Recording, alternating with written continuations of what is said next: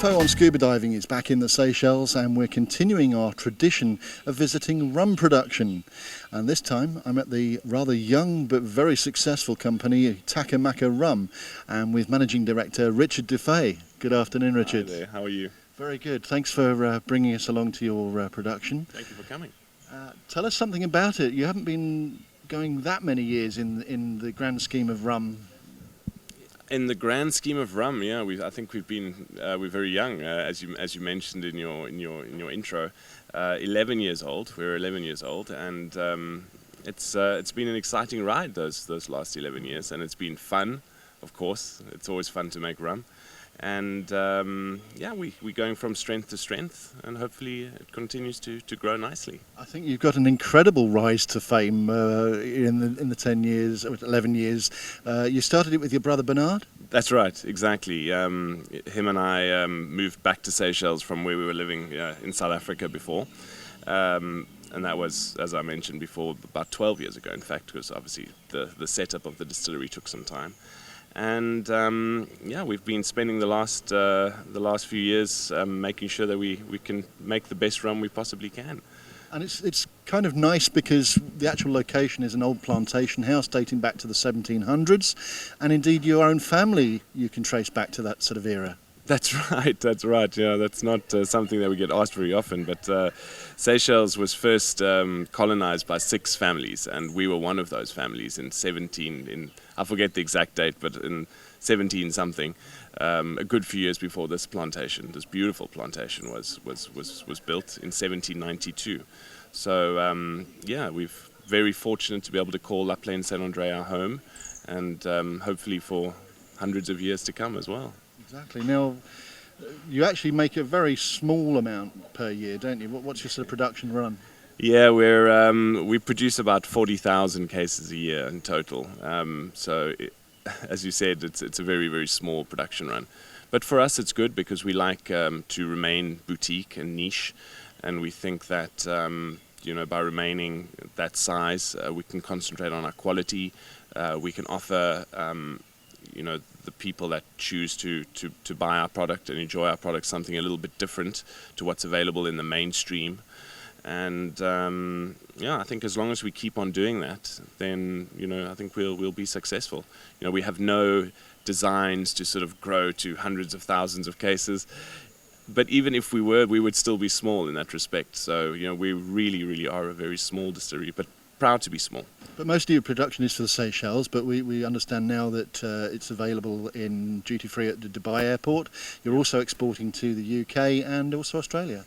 And Germany as well, and Austria and Switzerland and some other countries in Europe. So expanding, bringing the spirit of Seychelles to the world in time to come.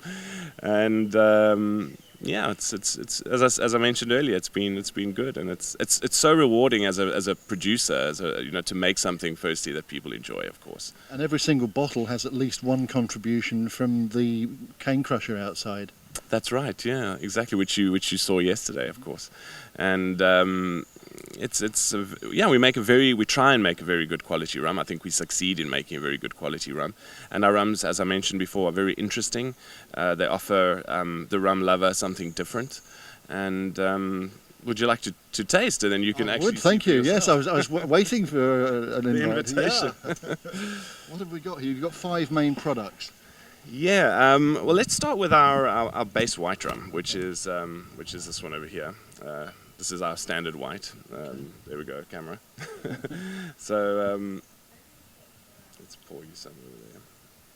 Now, obviously, this you would use as a mixer predominantly, and so you can really, we make this white rum in a very traditional style. So it's really made to mix, as most white rums of this sort of category are. Now, I've tried other white rums, and my initial impression there is that it's not a coarse one at all. No, not at all. It's very smooth. It is smooth, absolutely. We the stills that this rum comes from is handmade. They're handmade copper stills. They're relatively small stills. So we out of that equipment, we have the ability to make very good, smooth rums. And like all our rums, we blend our rums, so we make sure that all the components in that blend complement each other, and as a result of that, we try and make a rum that's as smooth as we possibly can. And because let's face it, I mean, no one wants to drink rums that are rough. So yeah, I've had one or two. Haven't we all? Let me just try a sip of that. So quite neutral. Of course, a definite hint of sugar, which is what you're after. And again, as I mentioned, it makes a fantastic base for a whole stack of cocktails and Cuba Libras. But as a mixer, that is actually very smooth compared to some I've tried. Thank you. Thank you. Yeah. Well, we'll leave that for later, and we'll make you a nice pina colada, which I know you like. I do. And then this rum here is also a white rum, as you can see, and this is from the Saint André range of products, and we called it Saint André after La Plaine St. André. So the blend of this is a little bit different to this. Obviously, we use it as a base, but then we add a little bit of an aged component into this blend as well, and a few other blend components as well, and the sum of the parts, really makes sure we have a beautifully smooth, complex rum here, and it makes for a wonderful drink. Okay. So let's try that so you can see.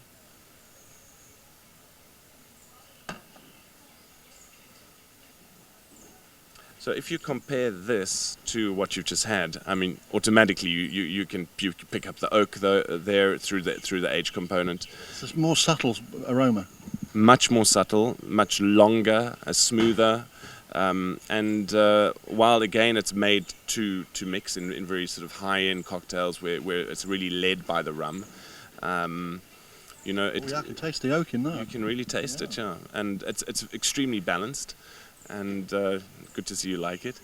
And so again, in cocktails which are led by, really led by the rum, where the rum is the leader and the mixer is sort of secondary, this product works extremely well. You were saying yesterday that you're making production now in bourbon barrels. Bourbon, yeah, American oak. And this was oak as well? No, this is no oak in that at all. And in fact, we don't age this rum either. Okay. But components of the blend, most rums are blended, so components of the blend are made from aged rums which have seen bourbon barrels. So it's very important to understand the difference. Okay. So the next product we can have a look at. Let's get this out of the way. Is our dark rum, or spice rum as it's known in Europe. This is the one that I personally know. This is your favourite. And it is my favourite. Well, I can only go by what I've tried so far, but this is the one I like. So, yeah, I mean, this is really the... Is this your best seller? Well, this is the rum that started it all for us. Oh, okay. And it's based on a family recipe, that my grandfather, who was a doctor in Seychelles for many, many years, liked his rum, of course. And this is an old Seychelles style of drinking rum, which is very driven with caramel and vanilla. Vanilla is the thing that I get with this. Exactly. Absolutely, straight away, hard hit of vanilla. Yeah, exactly. No, it doesn't leave anything to the imagination. It's quite strong in alcohol as well, 43%. So you have to be quite careful with it. And as a mixer, it's brilliant. It's got its subtleties, of course, but it's really made to be punchy, and it succeeds in that. This feels like it's got more alcohol content than the previous two. Is that right? The alcohol is 43%. So as I mentioned, it's quite strong in alcohol, and we make it strong in alcohol because when you mix, you want to make sure that the rum comes through in whatever mixer it is that you're using. So we found that at 43%, especially with mixologists, cocktail barmen out there, that they can use the product with confidence, and of course they'll know that they're not going to make a cocktail that's wishy-washy. This is sort of the big brother of the one you've tasted, and this is our aged rum. So we only make one aged rum because, as I mentioned, we're only 11 years old now. So this is our 8-year-old rum. It's called Saint André, 8-year-old, same as the rum Vesu. And this is, of course, aged for 8 years in used bourbon barrels. So I'm just going to bring this one back up again to compare the colour. Yes, the colour is quite different. They're quite subtle, aren't they? That one, being an aged one, is actually lighter, which I'm surprised at. Yeah, there's also less in the bottle, so that does make a difference. But it is definitely lighter, and the reason for that is, this rum is caramelized, if I can put it that way. And this rum, of course, the color, the flavors, and everything comes from the oak. So it's quite important that when you age a rum, that you choose the right type of oak for the style of rum that you need to make or you want to make. That that the toasting in the barrel is what you're after as well, because different types of toasting, whether it's a heavy toast or a medium toast or a light toast, will give different flavor sort of characteristics to your end product. So, and of course, whether you're using American oak or French oak, or used barrels or new barrels, there's so many different barrels out there. And what's your preference at the moment? Well, this particular one was in bourbon barrels, which is quite interesting because the other day I had the pleasure of drinking a lovely bourbon, and you can really, the notes are similar. We also experimenting at the moment with port barrels. Okay. So what port barrels do is it's really only finishing. So you don't do any aging in the port barrels. It's all about finishing the rum in port barrels, and it just gives again an extra element to your product. So whether that's a slight sweetish finish or a slight hue, which will change in the color because of the port barrels, it's going to be quite interesting to see what we get with that. But here we go. So again, the beautiful vanilla notes that come through, very subtle, nothing over the top. I don't actually get vanilla with that. Don't myself, you? No. What do you get? Cooked fruits? There's a lot more alcohol aroma. Okay. To that. I don't know. No vanilla for me. You'll see later. So, with the tastings that we've done and what we're after with this is obviously the vanilla that does come through naturally from the oak. Very, very different styling, of course, to our vanilla rum, But it's definite wood. Yeah, the oak, of course, is very prevalent. Yeah, that's more prevalent to me than the vanilla. Yes, it would be, yeah. The vanilla is very subtle. And then there's sort of notes of marmalade and sort of cooked fruits that you all comes from the oak, which is beautiful. So it's a very complex rum, and it's really made to be sipped. And we've done very well with this rum. It's a beautiful rum that we're very, very proud of. So that's that. And then finally, our coconut rum, cocoa rum as we call it. It's more of a liqueur. It's at 25% alcohol, so quite low in alcohol, and of course infused with coconut, and a little bit of sugar as well, which is what makes it a liqueur. Okay. And it's beautiful. I mean, have you got plans to maybe expand the liqueur range of? We definitely do. So perhaps when you come back next year. Pineapple is the one I'd love to know. Well, have you any plans for doing pineapple? Well, we use pineapple a lot in obviously the drinks that we make with our products, especially being in Seychelles where there's a lot of pineapple around. But no, I mean, I haven't thought of making a pineapple rum as yet, but maybe we can try that. Some sort of pineapple liqueur would be Next time you come back, we can experiment a little bit. I would love to be one of the tasters, one of the experimenters. Sure. But again, very smooth, obviously completely driven and led by the coconut. Pina colada yeah, would be the ideal rum for the pina colada. Exactly.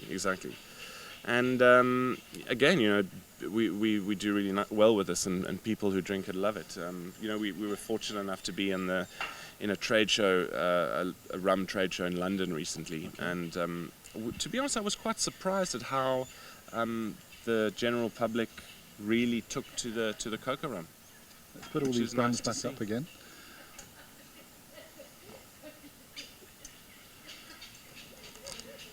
There we go. I still have to say that out of all of them, for me, is the vanilla one. The old favourite, eh? It's the traditional one, the one you started with. Well, they sometimes say, don't they, that the first is always the best. Yeah. So that's the one for me. But the coconut one is, I think, a good mixer for the pina coladas. Lovely. Yeah. It is, yeah. And I'm so happy you love this rum. We're going to make sure that you go back with some. Absolutely. Yeah. Well, Richard, thank you very much indeed for talking to us and explaining us the background to how you make rum. And it's really nice to actually get to speak to the man at the top who started it all. Well, along with my brother. With your brother, who's of course. Unfortunately, not here with us today. Yeah, we've had fun along the way, and long may it continue. You know, it's been great. I just love the way that you're doing it in a nice, intimate and self-produced way, rather than doing it in a big mass-produced way. That's nice. I think there's still a lot of room in our business for this sort of product, and I think you see it in the world anyway, don't you? With sort of that corner grocer coming back, or and about time, the man that knows your name, and that's what we're after as well. Thank you very much, Richard. Thank you. It's an absolute pleasure.